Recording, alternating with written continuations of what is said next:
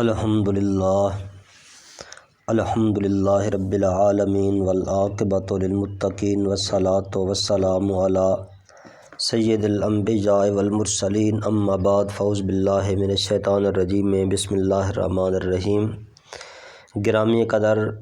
پچھلے دنوں میں ایک دیوبندی عالم کا بیان سن رہا تھا۔ وہ کہہ رہا تھا کہ یا نبی اللہ، یا رسول اللہ، یا شیخ عبد القادر جیلانی شیئا للہ، اس قسم کی ندا اور پکار یہ شرک ہے، بدعت ہے۔ اسی طرح مکہ المکرمہ کے ایک شیخ مظفر مدنی، ان کی زبانی سے بھی یہی بات سنی گئی، وہ بھی ان الفاظ کو، اس پکار کو ناجائز، بدعت اور شرک کہہ رہا تھا۔ گرامی قدر، یہ تمام عقائد اکابر دیوبند کی کتابوں میں موجود ہیں۔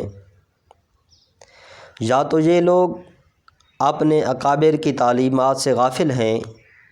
یا جان بوجھ کر اہل سنت و جماعت مسلک امام احمد رضا خان فاضل بریلوی رحمۃ اللہ تعالی علیہ کو شرک اور بدعت قرار دیتے ہیں۔ تو ہم بطور نمونہ اکابر دیوبند کی چند عبارات آپ کے گوش گزار کریں گے۔ گرامی قدر، علامہ رشید احمد گنگوہی، ان سے سوال ہوا کہ پڑھنا یا شیخ عبد القادر جیلانی شیئا للہ کا بطور ورد یا برائے قضائے حاجات، یا اس میں اثر جان کر یا شیخ کو متصرف عالم تصور کر کے ان سے اپنی حاجات طلب کرے تو یہ جائز ہے یا نہیں؟ گنگوہی صاحب اس سوال کا جواب دیتے ہوئے ارشاد فرماتے ہیں، اگر یہ ورد کرنے والا شیخ عبد القادر جیلانی کو بالذات متصرف یا عالم غیب بذات خود جان کر پڑھے تو شرک ہے۔ اگر یہ سمجھے کہ حق تبارک و تعالی شیخ کو مطلع فرما دیتا ہے اور باذنہ تعالی شیخ حاجت روائی کر دیتے ہیں تو یہ شرک نہ ہوگا۔ باقی مومن کی نسبت بد ظن ہونا بھی معصیت ہے، اور جلدی سے کسی کو کافر اور مشرک بنا دینا بھی نامناسب ہے۔ دیوبندیوں کے ایک بہت بڑے محدث کبیر علامہ انور شاہ کشمیری فیض الباری کے اندر فرماتے ہیں، یا شیخ عبد القادر جیلانی شیئا للہ کا وظیفہ پڑھنا اگر ہم اس کو جائز قرار دیں تو اس میں کوئی ثواب نہیں ہے۔ اس عبارت سے ثابت ہوا کہ یا شیخ عبد القادر جیلانی شیئا للہ پڑھنا شرک نہیں ہے، کیونکہ اگر شرک ہوتا تو دیوبندیوں کے محدث کبیر انور شاہ کشمیری صاحب یہ نہ فرماتے کہ ہم اگر اس کو جائز قرار دیں تو اس میں ثواب نہیں ہے،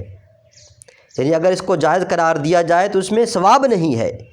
کیونکہ جو چیز شرک ہو اس کے بارے میں یہ نہیں کہا جا سکتا کہ اگر اس کو جائز قرار دیا جائے تو اس کا حکم یہ ہے کہ اس میں ثواب نہیں ہے۔ اسی طرح رشید احمد گنگوہی صاحب تذکرۃ الرشید کے اندر فرماتے ہیں، ان سے ایک سوال کیا گیا کہ یا رسول اللہ، یا نبی اللہ انظر حالنا، یا حبیب اللہ اسمع قالنا، اننی فی بحر ہم من مغرق خذ یدی سہل لنا اشکالنا۔ کیا یہ ورد کرنا جائز ہے یا نہیں؟ گنگوہی صاحب فرماتے ہیں، یہ خود آپ کو معلوم ہے کہ ندا غیر اللہ تعالیٰ کو دور سے شرک حقیقی جب ہوتا ہے کہ جب ان کو عالم سامع مستقل عقیدہ کرے،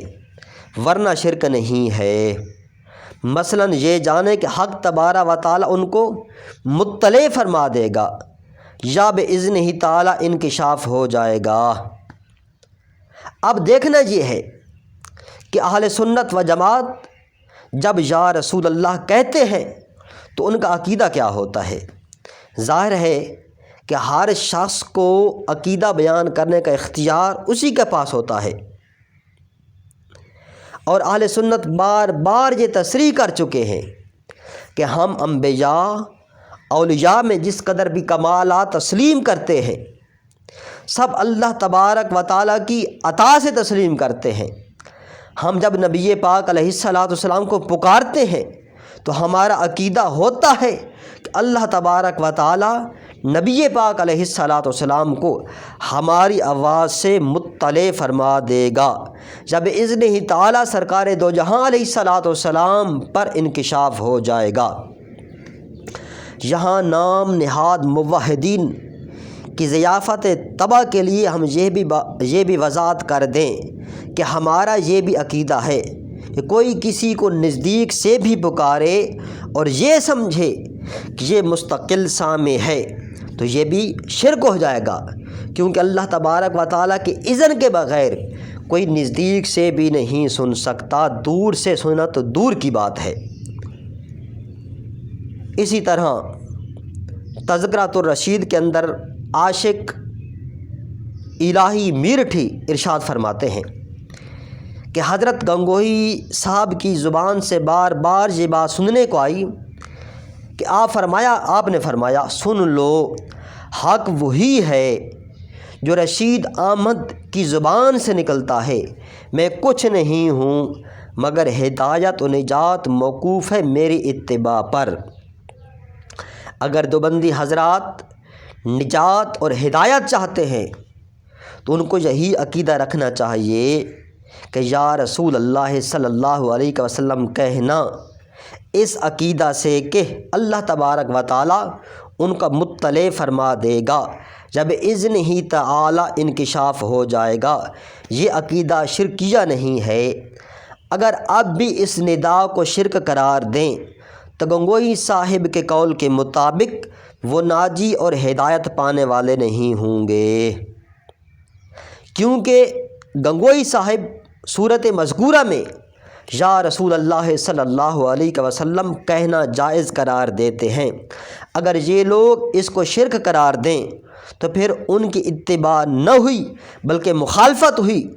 اور نجات و ہدایت موقوف تھی ان کی اتباع پر۔ گرامی قدر حسین احمد مدنی دارالعلوم دیوبند کے سابق شیخ الحدیث اور صدر مدرس اپنی کتاب شہاب ثاقب کے اندر اسی مسئلہ کی وضاحت کرتے ہوئے ارشاد فرماتے ہیں علی ھذا القیاس، مسئلہ ندائے رسول اللہ صلی اللہ علیہ وسلم میں وہابیہ مطلقاً منع کرتے ہیں،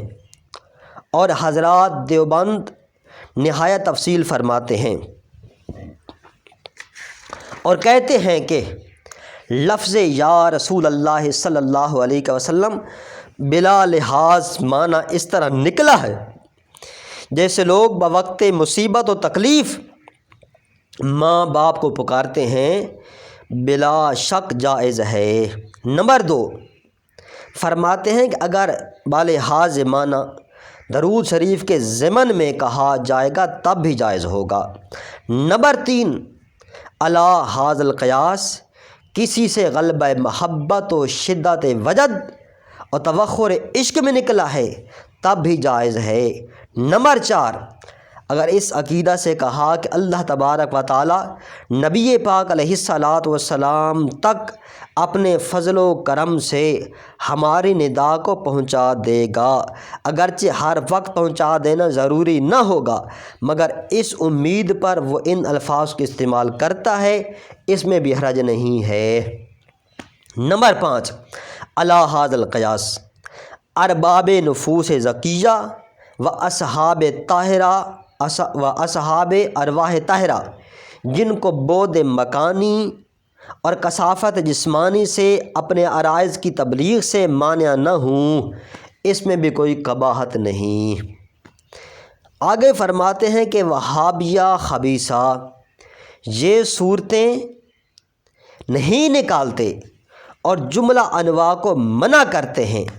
چنانچہ وہابیہ عرب کی زبان سے بارہا سنا گیا ہے کہ الصلاۃ والسلام علیک یا رسول اللہ صلی اللہ علیہ وسلم کو سخت منع کرتے ہیں، اور اہل حرمین پر سخت نفریں اس خطاب اور ندا کی وجہ سے کرتے ہیں، اور ان کا استہزاء اڑاتے ہیں اور کلمات ناشائستہ استعمال کرتے ہیں۔ حالانکہ ہمارے مقدس بزرگان دین اس صورت کو اور جملہ صورت ہے درود شریف کو اگرچہ بصیغہ خطاب و ندا کیوں نہ ہوں مستحب اور مستحسن جانتے ہیں، اور اپنے متعلقین کو اس کا امر کرتے ہیں۔ شہاب ثاقب صفحہ 64۔ اب اس بات پہ توجہ کریں کہ مدنی صاحب نے مذکورہ بالا صورتوں میں سے 5ویں صورت یہ بتلائی ہے کہ اگر امتی اتنا پہنچا ہوا ہو کہ اپنی آواز خود نبی پاک علیہ الصلاۃ والسلام تک پہنچا سکے، اس کے لیے بھی ندائے یا رسول اللہ جائز ہے۔